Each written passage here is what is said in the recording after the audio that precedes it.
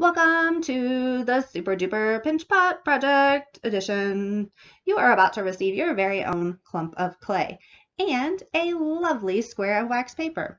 Your first step is going to be, wait. Oh, yep, write your name on it. Don't forget to write your name on it.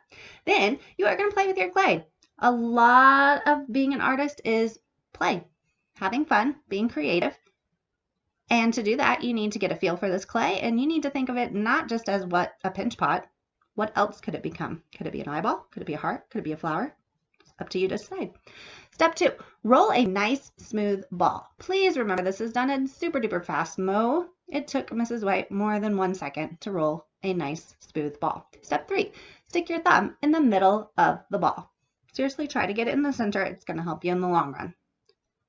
Step 4, pinch. Pinch, pinch, hence the name, pinch pot.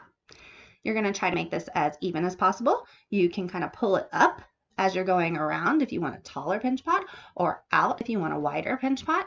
Keep in mind, air dry clay is not the strongest in the world. So if you get those walls too thin, it will probably crack. So try to keep them pretty thick. Step 5, smooth. This actually took me 3 minutes, this part of the video.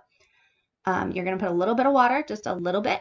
You don't want soggy clay. Nobody wants a soggy pinch pot. Just a little bit of water. Smooth out all those cracks, all those bumps.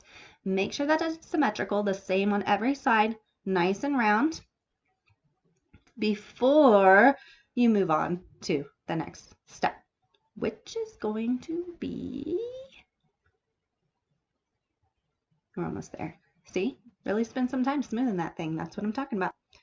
Good job, Mrs. White. Next step. Decorate. Don't forget the 3 S's. The first S is score, also known as scratch. Mrs. White is going to give you a toothpick or something else that you can use to scratch the surface. Clay shrinks when it dries. So if you have 2 pieces that you're trying to connect and they start drying, they are going to shrink away from each other. Lots of S's, I know.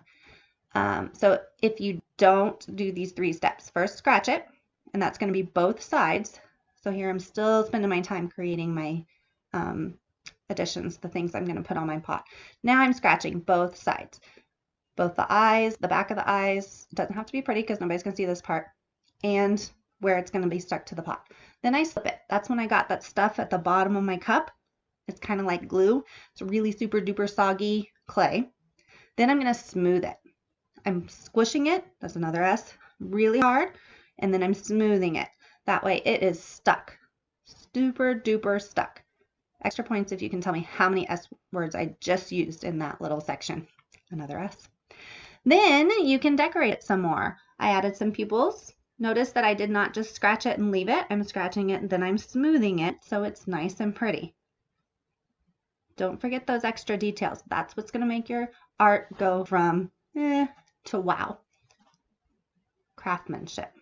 Here I'm adding my wings. I decided to add a little bit extra clay and then carve some feathers in there.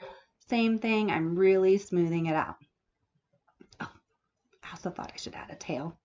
What's an owl without a tail, right? Do remember that air dry clay breaks really easily. So anything that sticks out from your pot is likely to break.